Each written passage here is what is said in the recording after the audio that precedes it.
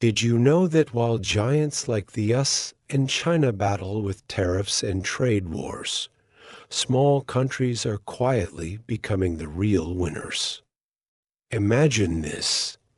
Vietnam's exports to America skyrocketed by an astonishing 508% after the trade tensions began.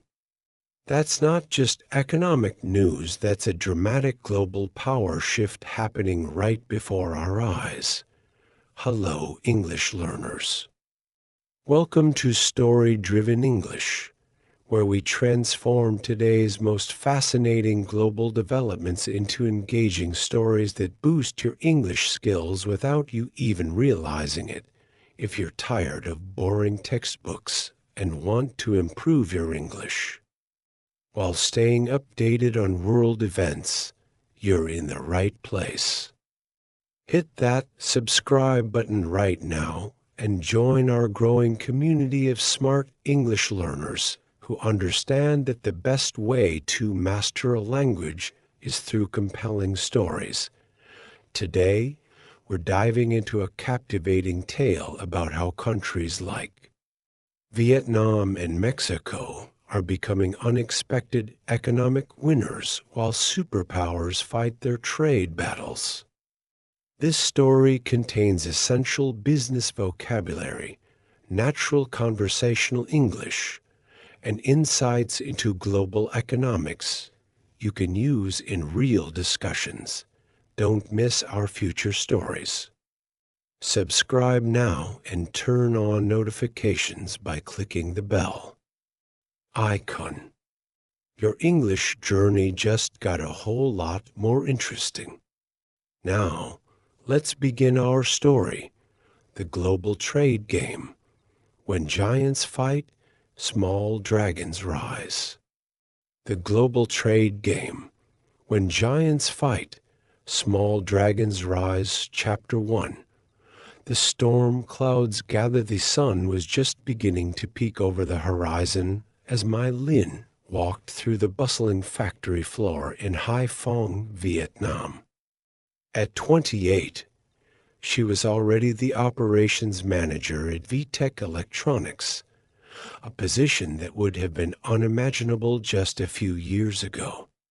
The factory hummed with activity, hundreds of workers assembling smartphones destined for markets. Across the United States, another big order from Apple. Her assistant, Tran, said excitedly as he handed her the morning report. They want to increase production by 15% next quarter. Mai smiled as she scanned the numbers. That's the third increase this year. Call HR and tell them we need to hire another 50 workers. As she walked to her office, Mai thought about how quickly things had changed.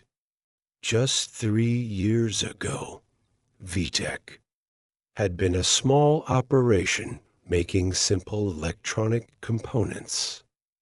Now they were manufacturing sophisticated devices for the world's most valuable company. On the wall of her office hung a framed newspaper headline from 2025. US imposes 125% tariffs on Chinese goods. It seemed like such a small thing at the time, just another volley in the ongoing trade dispute between the world's two largest economies. But that decision had sent shockwaves through global supply chains and changed the fortunes of countries like Vietnam forever. Mai's phone buzzed. It was her old college friend, Miguel Rodriguez, calling from Monterrey, Mexico. Buenos dias, my Vietnamese superstar.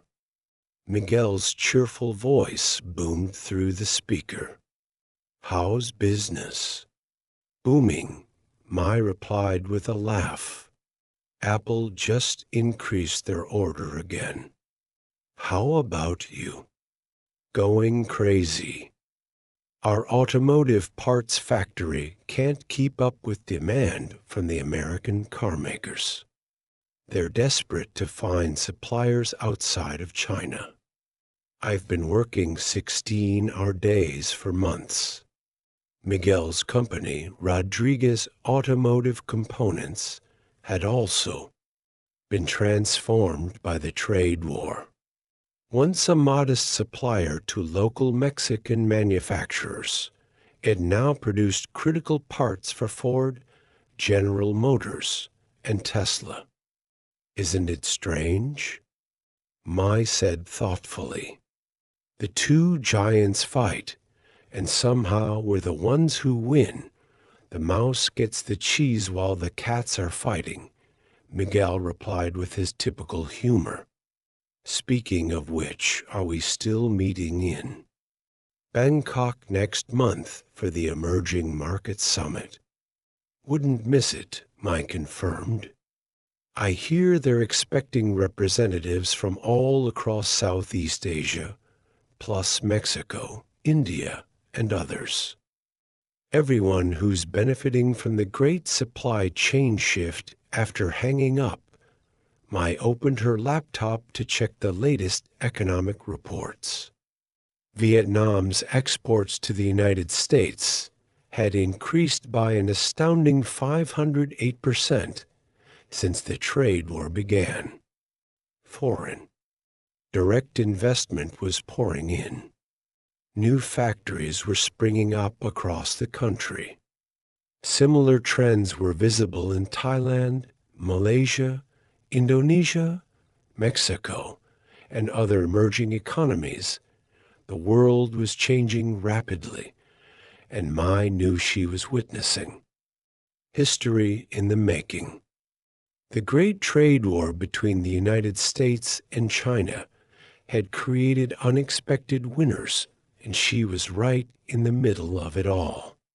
Chapter 2, The Summit of New Powers Grand Hyatt Bangkok, buzzed with activity as delegates from across the world gathered for the Emerging Market Summit. Mai Lin spotted Miguel in the hotel lobby, chatting animatedly with a group of business people. Miguel waved enthusiastically when he saw her. Come meet my new friends. This is Raj from India, Anna from Thailand, and Dr. Lee from Singapore. The group exchanged pleasantries as they moved toward the conference hall. The atmosphere was electric with optimism. These were the representatives of countries that were quickly becoming the new manufacturing powerhouses of the global economy. I never thought I'd say this, Raj commented as they found their seats, but thank goodness for trade wars. Anna laughed. It's like when two elephants fight. The grass usually suffers, but this time we're growing taller. The opening keynote speaker was Dr. Natapong Thamawat, a renowned economist from Thailand's Chulalongkorn University.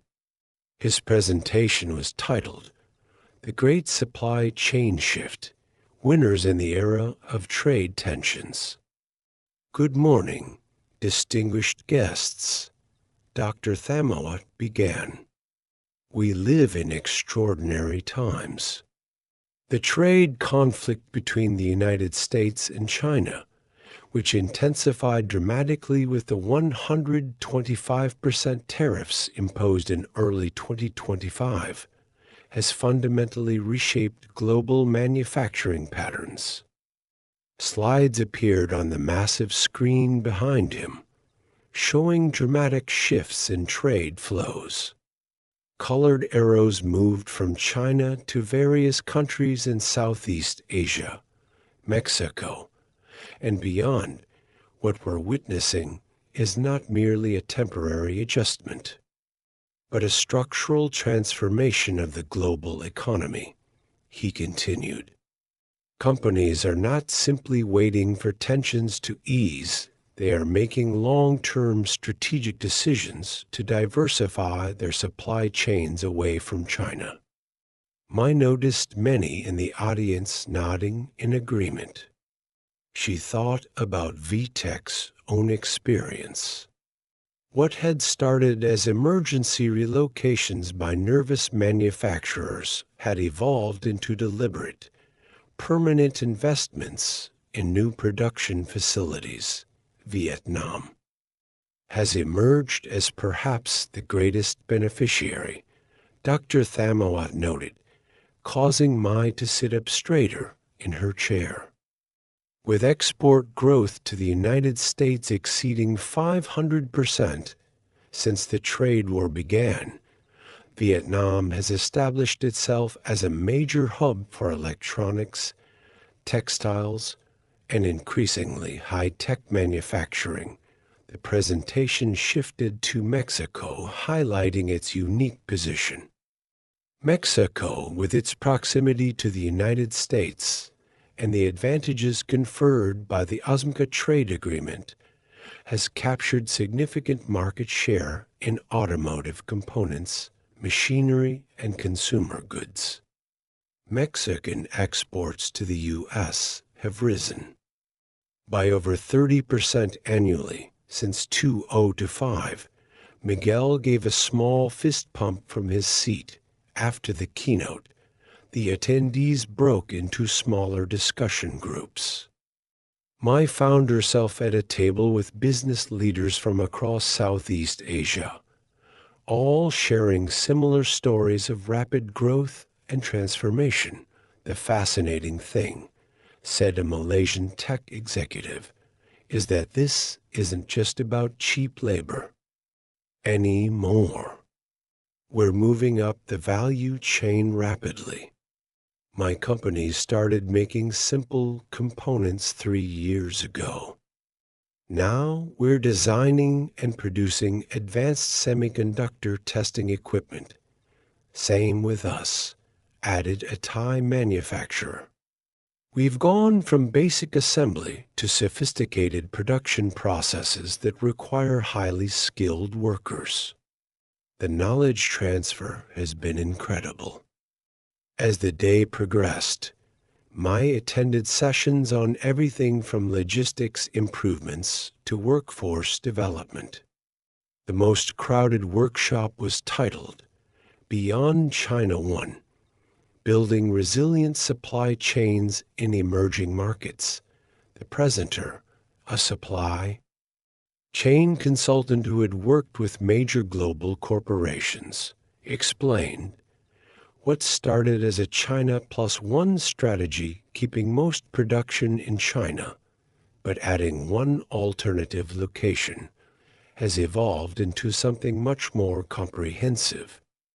Companies now want multiple manufacturing hubs spread across different countries to minimize risk. During the lunch break, Mai and Miguel found a quiet corner to catch up.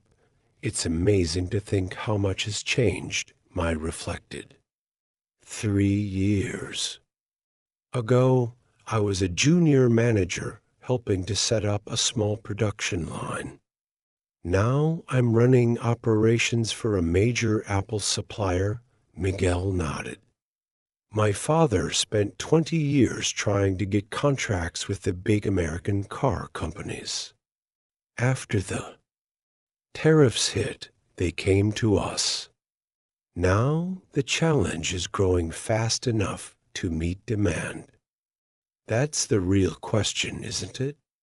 Mai said thoughtfully. Can we sustain this growth? Build the infrastructure? Train enough skilled workers? Those are tomorrow's problems, Miguel replied with his characteristic optimism. Today, let's celebrate being in the right place at the right time. As they returned to the conference hall, Mai couldn't help but wonder what the future held for countries like Vietnam and Mexico. They had been given an unexpected opportunity by the trade war. Now the question was, what would they make of it? Chapter 3, The Dragon's Shadow. Second day of the summit featured a panel discussion that grabbed everyone's attention. Living in the Dragon's Shadow, emerging markets, and China's response. The panel included executives, economists, and government officials discussing how China was reacting to losing manufacturing share to its smaller neighbors. Let's not forget that China remains an economic powerhouse, cautioned Dr. Samchai, a Thai government official. Yes, they've lost some production to countries like ours, but they're moving up the value chain themselves, focusing on high-tech, high-value industries. A Chinese trade representative on the panel, Mr. Yang, spoke diplomatically but firmly.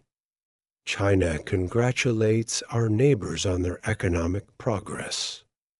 We see this not as competition, but as regional development. However, I must note that many of these shifts are artificial, created by politically motivated tariffs rather than natural economic forces. The temperature in the room seemed to drop a few degrees at his words. An American executive from a major technology company offered her perspective. From our standpoint, this isn't about politics, it's about risk management. The pandemic showed us the danger of concentrating too much of our supply chain in one country. The trade tensions accelerated diversification that was already beginning. During the coffee break that followed, I found herself in conversation with Mr. Yang, the Chinese representative. Your country has benefited substantially from production shifts, he commented, stirring his coffee. But I wonder if you've considered the challenges ahead. What do you mean? Mai asked cautiously. Building infrastructure takes time. Developing skilled labor takes even longer. China spent decades creating our manufacturing ecosystem, the suppliers, the logistics networks, the technical expertise. He smiled politely. And of course, China is not standing still.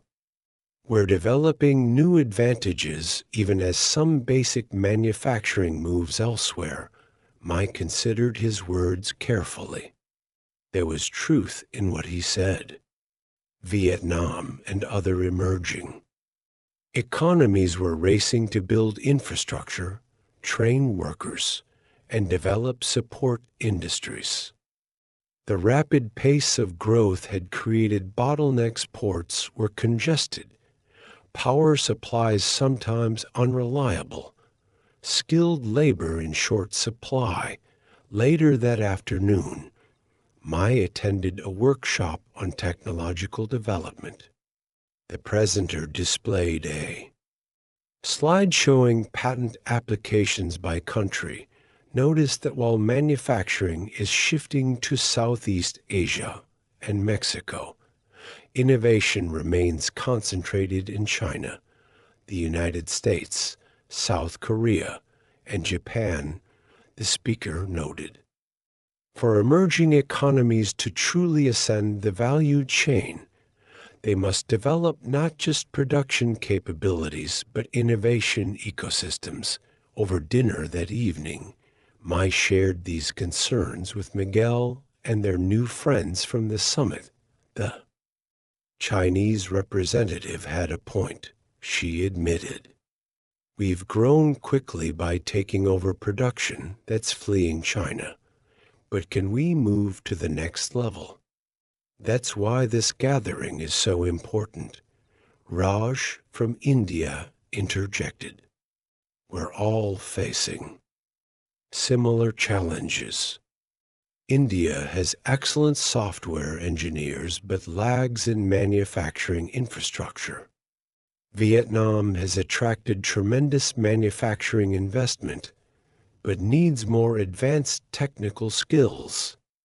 Mexico has proximity to the U.S. market, but struggles with security. issues in some regions, so maybe the answer is collaboration rather than competition, Anna from Thailand suggested. Each of our countries has different strengths. Miguel raised his glass in a toast to new partnerships among emerging economies.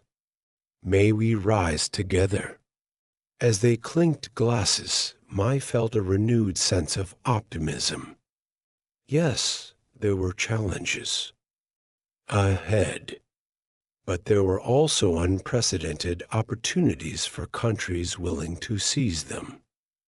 Chapter 4, The American Perspective. The third day of the summit brought a new dimension to the discussions, as several American speakers presented their views on the changing global supply landscape.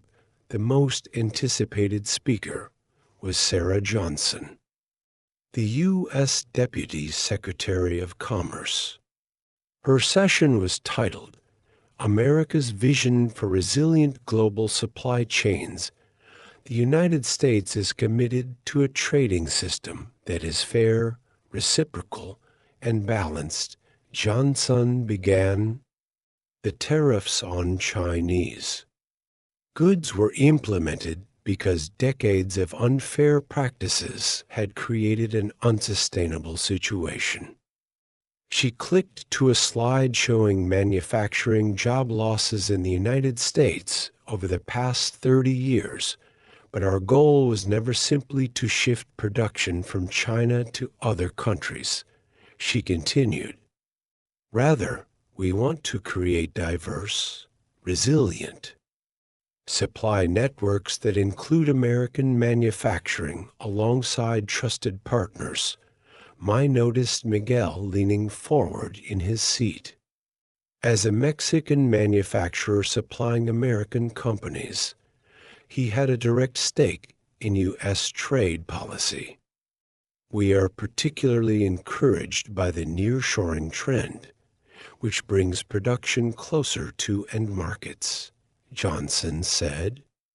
Mexico, as our neighbor and ASMCA partner, plays a crucial role in this vision. Miguel couldn't hide his smile at these words. At the same time, we recognize the important role of partners across Asia in sectors where they've developed specialized capabilities.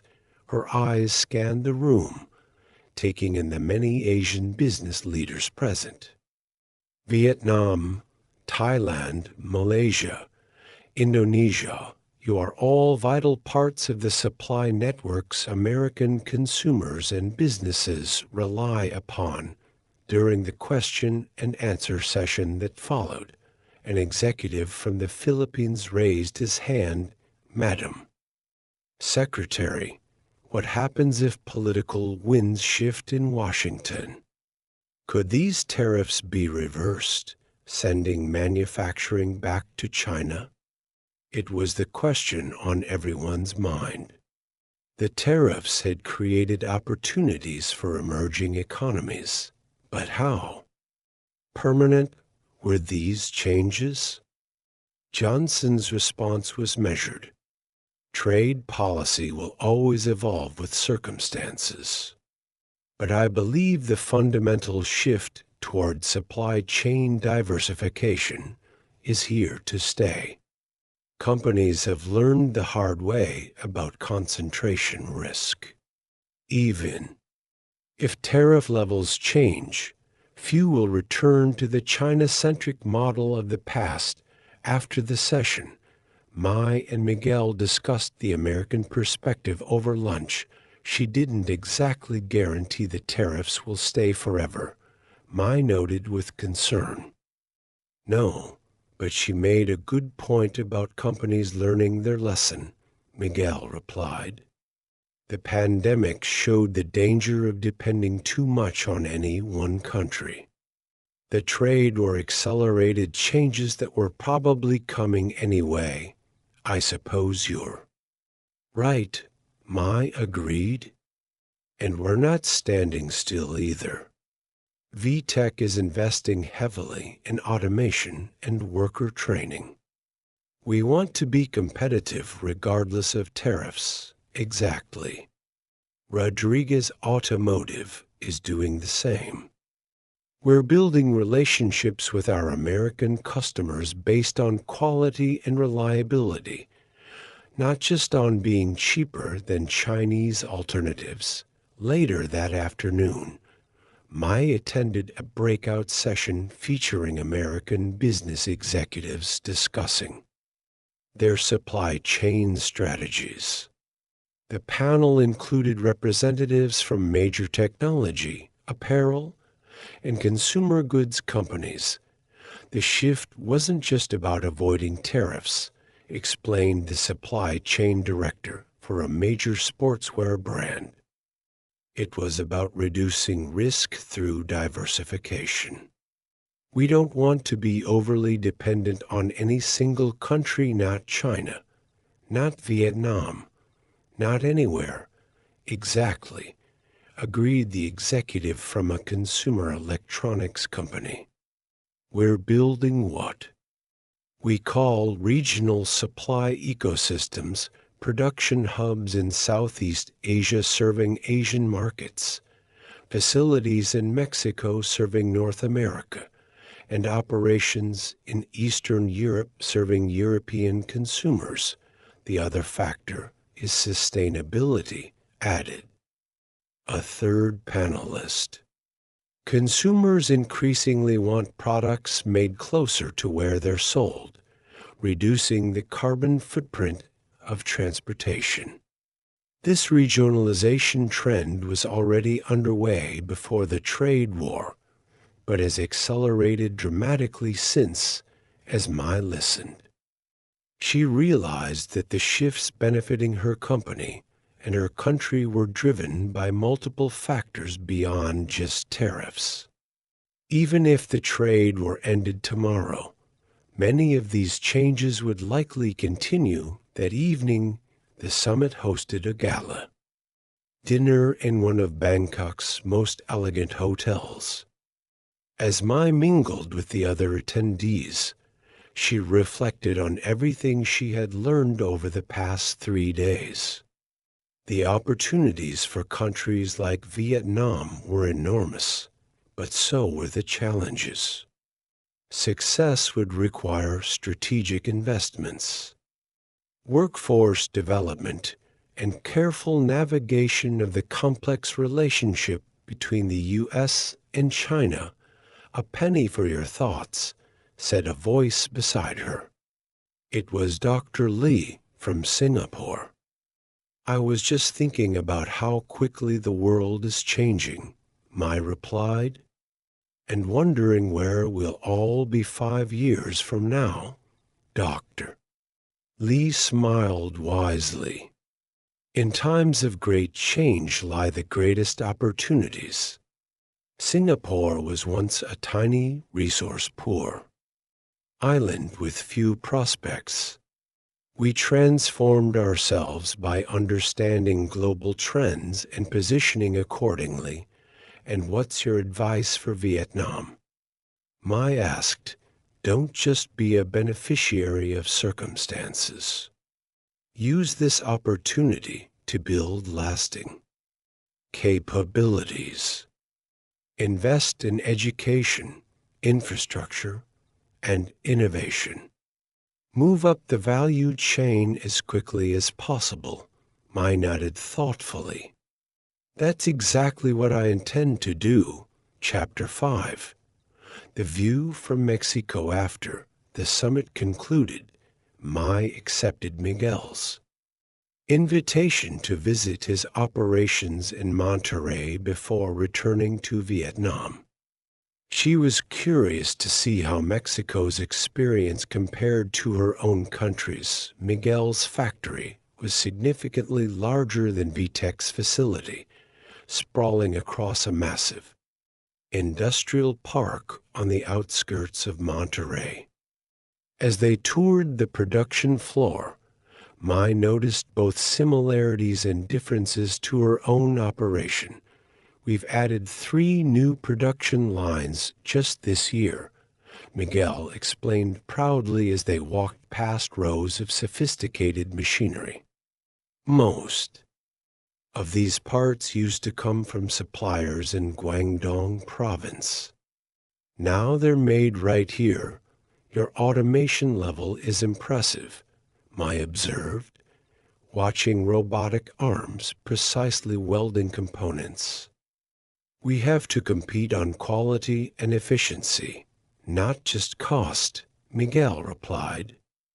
Mexican wages are higher than in Vietnam, so we need to be more productive per worker.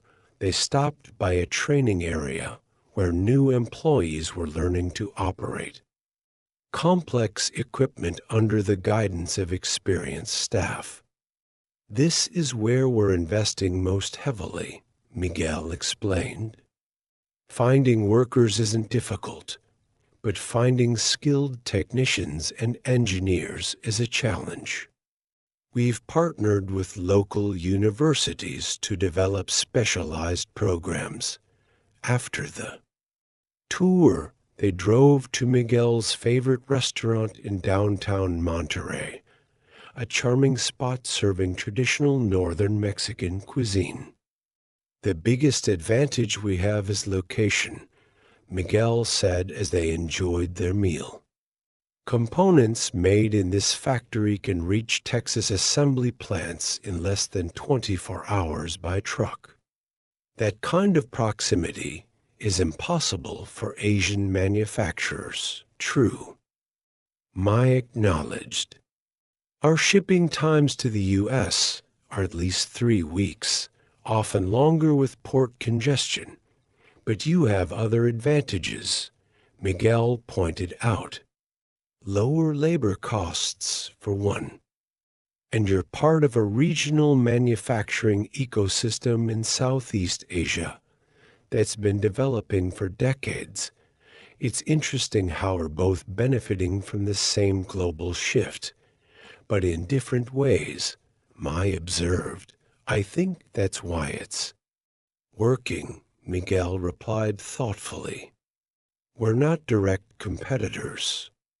Vietnam has become a hub for electronics, apparel, and consumer goods. Mexico is strong in automotive, appliances, and medical devices. We complement each other in the new global supply picture. As they finished their dessert, a delicious tres leches cake, Miguel brought up a topic that had been discussed frequently. At the summit, what do you think happens if the U.S. and China resolve their differences? If the tariffs go away? Mai considered this carefully. Some production might shift back to China. But I think most companies have realized the danger of putting all their eggs in one basket. They'll maintain diversified supply chains regardless of tariffs.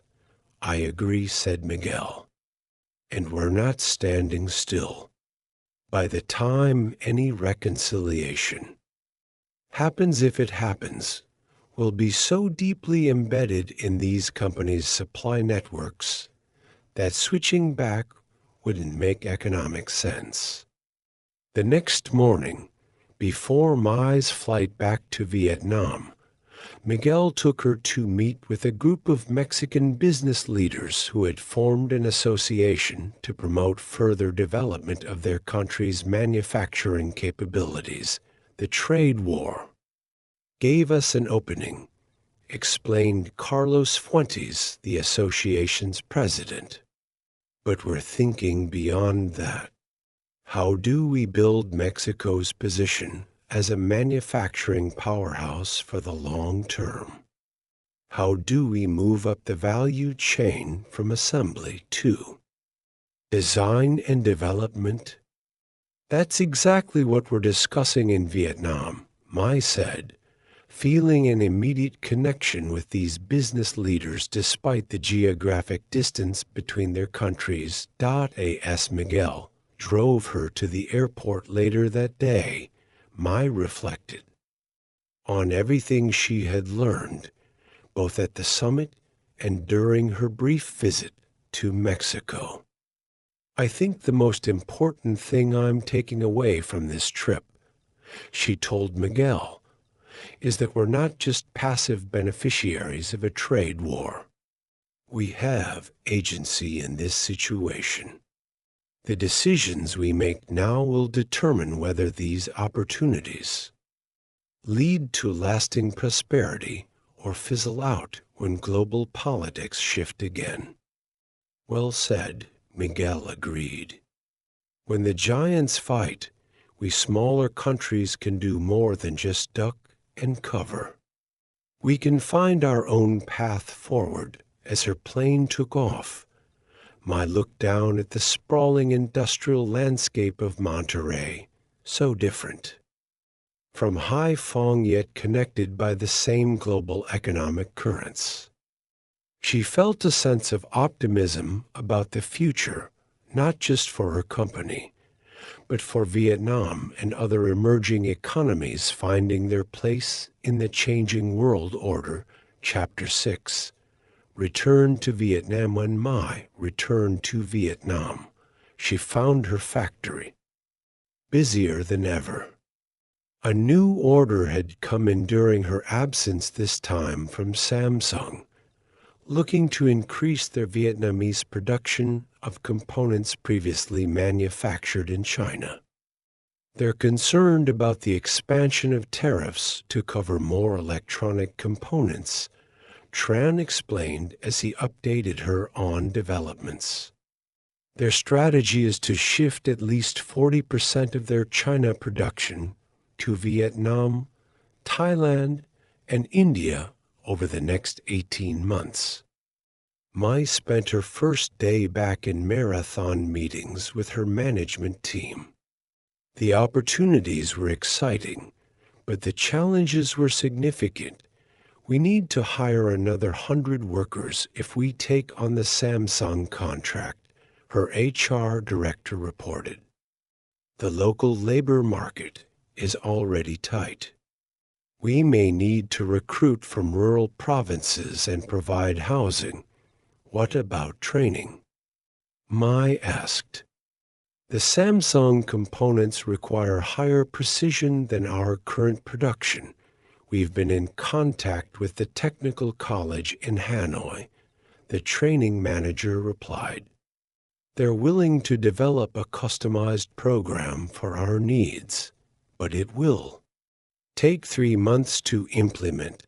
The discussions continued through the afternoon, covering everything from equipment procurement to quality control processes. The scale and pace of growth were daunting, but Mai felt energized by the challenge. That evening, she had dinner with her old professor from the National Economics University, Dr. Pham, who had become an advisor to the government on industrial development. "I hear VTech is expanding again," Dr. Pham said with a smile as they enjoyed traditional pho at a restaurant overlooking Haiphong's harbor. "Your company has become a model for the new Vietnam. We're trying," Mai replied modestly. "But we face significant constraints. Finding skilled technical staff is difficult. Our local suppliers can't always meet our quality requirements. Power outages still happen too frequently." Dr. Pham nodded sympathetically. "The government is well aware of these infrastructure challenges. That's why we've accelerated investments in power generation, port facilities, and technical education." The summit in Bangkok was eye-opening, Mai told him. Every country benefiting from the trade redirection is facing similar growing pains. But some are addressing them more effectively than others. "And what did you learn that Vietnam could apply?" Dr. Pham asked, always the professor seeking to draw out insights from his former student. "3 things struck me," Mai replied thoughtfully. First, the importance of moving up the value chain quickly. Countries that remain focused on basic assembly work will be vulnerable when labor costs inevitably rise. Absolutely correct, Doctor. Pham agreed. And the second insight, the need for a supportive ecosystem, not just individual factories. In China, manufacturers have access to a dense network of suppliers, specialized service providers, and technical expertise. We need to develop that here. And your third observation. Dr. Pham prompted the power of regional collaboration. Vietnam shouldn't try to compete directly with Thailand in automotive parts or with Malaysia in certain electronics. We should identify our specific advantages and focus there while building complementary relationships with our neighbors. Doctor. Pham looked pleased. Very insightful, Mai. These are precisely the issues we're grappling with at the policy level. Vietnam has a historic opportunity, but the window won't stay open forever. The next day, Mai called a special meeting with her company's senior leadership. She shared what she had learned at the summit and in Mexico, then outlined her vision. For VTech's future, we've grown rapidly by being in the right place at the right time, she told the assembled managers. But to sustain our success, we need to transform from a contract manufacturer to a true technology partner for our clients. Her presentation outlined a 3-year strategy focusing on workforce development, process automation, and eventually, design capabilities. The investment required was substantial, but the potential returns were enormous. Our goal is not to be the cheapest producer, she concluded. It's to be the most reliable, the most flexible, and ultimately, the most innovative. That's how we'll secure our position regardless of how global trade politics evolve. After securing her team's enthusiastic support, Mai scheduled meetings with government officials to discuss how public policy could support this vision. She also reached out to counterparts at other Vietnamese manufacturers to explore collaborative approaches to common challenges. Within weeks, she had helped establish the Vietnam Electronics Manufacturing Association, bringing together companies across the sector to address shared interests like technical education, infrastructure development, and international marketing. As months passed, Mai's vision began to take concrete form. VTech implemented advanced training programs, invested in state-of-the-art equipment, and even established a small research and development department. The company's growth continued at a breathtaking pace, but now with a clearer strategic direction. 6 months after the Bangkok summit, Mai received an unexpected email from Miguel in Mexico. Remember our conversations about regional specialization? He wrote, Rodriguez Automotive has just formed a joint venture with a Thai company. They make electronic control systems that pair perfectly with our mechanical components. Together, we can offer complete subsystems to our automotive customers. It's exactly the kind of complementary relationship we discussed. Mai smiled as she read his message. The world was indeed changing rapidly, but those who understood the currents of change could navigate them successfully. Vietnam, Mexico, and other emerging economies weren't merely passive beneficiaries of a trade war between giants. They were active participants in reshaping the global economic landscape. Chapter 7. A new world emerges 12 years after the Bangkok summit. Mai found herself in a very different position. VTech had tripled in size, acquired two smaller companies, and established its own brand of consumer electronics products for the Southeast Asian market. Mai herself had been promoted to CEO following the retirement of the company's founder, .as.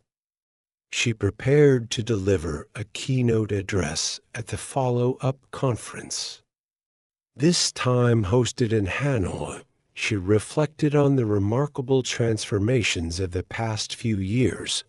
The trade tensions between the United States and China had continued, with tariffs remaining in place and occasionally expanding to cover new categories of goods. But what had started as a short-term disruption had evolved into a structural realignment of global manufacturing.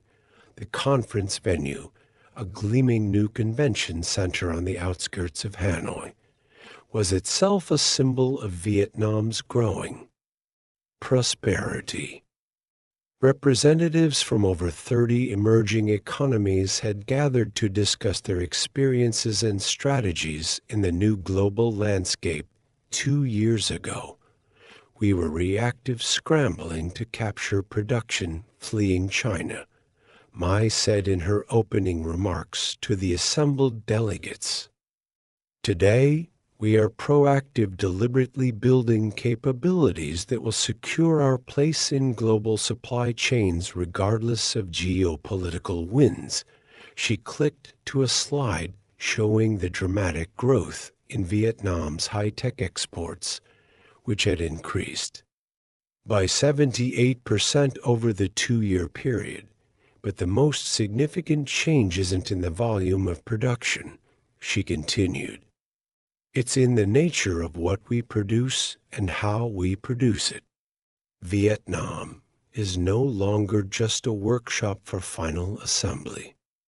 We're developing design capabilities, advanced manufacturing processes, and innovation ecosystems. Similar stories were shared by speakers from other countries. Thailand had leveraged its established automotive industry to become a hub for electric vehicle components. Malaysia had deepened its expertise in semiconductor manufacturing and testing. Mexico had strengthened its integration with the U.S. economy while developing more domestic supply capabilities. During a panel discussion titled Beyond China 1, the new map of global manufacturing, Mai shared the stage with business leaders from across the emerging world. The model is no longer about one dominant manufacturing center with a few alternatives, explained a Malaysian tech executive.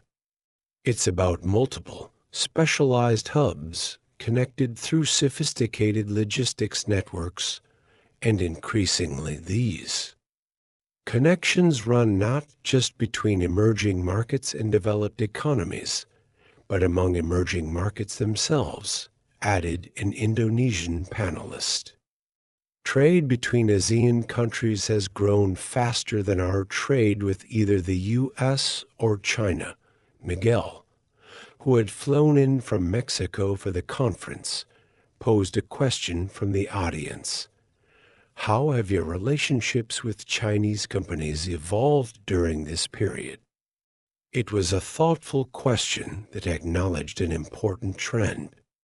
While production had shifted away from China in many sectors, Chinese companies themselves had become important investors in manufacturing facilities across Southeast Asia and beyond. Our relationship with Chinese businesses has actually deepened. just in a different form. Mai responded. Many Chinese manufacturers have established operations in Vietnam to serve export markets while avoiding tariffs. They bring valuable expertise and technology. The challenge for us is to ensure knowledge transfer so that these operations become truly integrated into our economy, rather than remaining isolated enclaves. After the sessions concluded for the day, Mai hosted a dinner for key participants at one of Hanoi's finest restaurants. The mood was celebratory but also reflective. "We've accomplished so much," said Anna from Thailand, who had become a close friend since their first meeting in Bangkok 2 years earlier. "But the landscape keeps changing. China is moving aggressively into higher value industries like artificial intelligence, renewable energy, and biotechnology, and the developed economies aren't standing still either," Raj from India added. "The United States, Europe, and Japan are all investing heavily in advanced manufacturing, automation, and reshoring critical industries. That's why we can't be complacent," Mai agreed. "The opportunity we've been given by the trade redirection is not a permanent advantage. It's a chance to build lasting capabilities that will keep us competitive in the next phase of global economic development." As the evening progressed, the conversation turned to practical strategies for continued development. Each country represented at the table faced unique challenges, but certain themes emerged repeatedly: the need for continued investment in education and workforce development, the importance of environmental sustainability in industrial growth, the potential of digital technologies to help emerging economies leapfrog stages of development. Miguel raised his glass in a toast. 2 years ago in Bangkok, we talked about being in the right place at the right time. I think we've proven it was more than luck. It was recognition of opportunity and the courage to seize it. Everyone around the table nodded in agreement. What had started as a fortunate circumstance benefiting from trade tensions between larger economies had evolved into something more substantial. Vietnam, Mexico, Thailand, Malaysia, Indonesia, and other emerging economies were writing their own stories of development, leveraging initial advantages into lasting progress. The next morning, the conference concluded with a forward-looking session titled "The Next Decade: From Emerging to Emerged." The final speaker was a respected economist who had studied development patterns across generations. Her closing remarks resonated deeply with Mai and the other attendees. "History shows us that economic development is rarely linear," she noted. "Countries rise and fall based on their ability to adapt to changing circumstances. What we're witnessing now is an unprecedented opportunity for a diverse group of emerging economies to ascend together, creating a more balanced global economic order." As Mai left the conference center, she felt a profound sense of purpose. The trade war between giants had created an opening, but it was up to countries like Vietnam to determine what they would make of it. The path forward would not be easy, requiring difficult choices, substantial investments, and continued adaptation to a rapidly evolving global landscape. But for the first time, Mai could envision a future where countries once dismissed as minor. Players in the global economy stood as significant forces in their own right, not merely workshops for wealthier nations, but innovation centers, consumer markets, and sources of global talent. On her drive back to the office, Mai called Miguel to thank him for coming all the way from Mexico for the conference. It was worth every minute of the long flight, he assured her. I wouldn't have missed it for the world. We're living through a historic transformation. You know what I keep thinking about?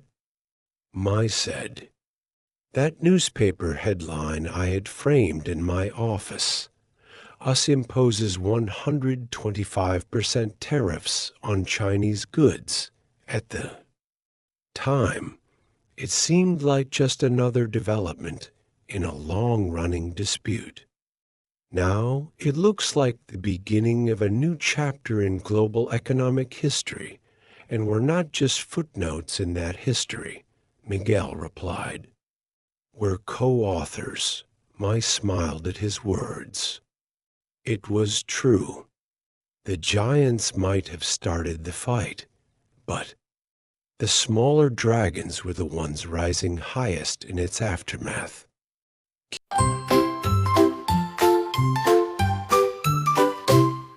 Key vocabulary repeated throughout trade war, a situation where countries impose tariffs, taxes on imported goods from each other tariff, a tax imposed on imported goods supply chain, the network of organizations, people, activities, information, and resources involved in delivering a product from supplier to customer manufacturing. The process of making products on a large scale using machinery export, to sell goods to another country import, to buy goods from another country merging markets. Developing countries that are becoming more engaged with global markets diversification. The process of expanding to different types of business activities or markets for indirect investment, FDI. Investment made by a company or individual from one country into business interests in another country infrastructure, the basic physical systems of a business or nation transportation, communication, sewage, water, and electric systems value chain, a set of activities that a firm operating in a specific industry performs in order to deliver a valuable product economic growth, an increase in the production of goods and services over a period of time. Workforce development, programs designed to source and train workers with the skills necessary for specific jobs. Innovation ecosystem, the interconnected network of organizations and individuals that contribute to innovation and technological development. Chasing the practice of transferring business operations to nearby countries, especially in preference to distant honest regionalization, organizing into regions, particularly in business or politics automation, the use of largely automatic equipment in a system of manufacturing or other production process. Competitive advantage, a condition or circumstance that puts a company in a favorable business position. Economic policy, a course of action that is intended to influence or control the behavior of the economy. The worldwide economic activity between various countries that are considered intertwined and thus can affect other countries negatively or positive. Line that concludes our story, the global trade game. When giants fight, small dragons rise. We hope you enjoyed this journey through the fascinating world of global economics, told in simple, engaging English. Learning English through stories like this one helps you understand complex topics while building your vocabulary and comprehension. Skills naturally. Did you find this story interesting? Have you noticed how countries like Vietnam and Mexico are growing as manufacturing hubs? Share your thoughts in the comments below. If you enjoyed today's lesson, please hit that like button to help more English learners discover our content. Don't forget to share this video with friends who are also looking to improve their English skills, want to continue learning English through engaging news stories and narratives. Subscribe to Story Driven English by clicking the subscribe button below. We bring you fresh, relevant content that makes learning English both fun and practical. Turn on notifications by clicking the bell icon so you never miss our newest uploads. On our channel, you'll find more stories about current global events, all designed to help you master English in a natural, enjoyable way. Thank you for watching. Until next time, keep learning, keep growing, and remember every story is an opportunity to improve your English. See you in our next video.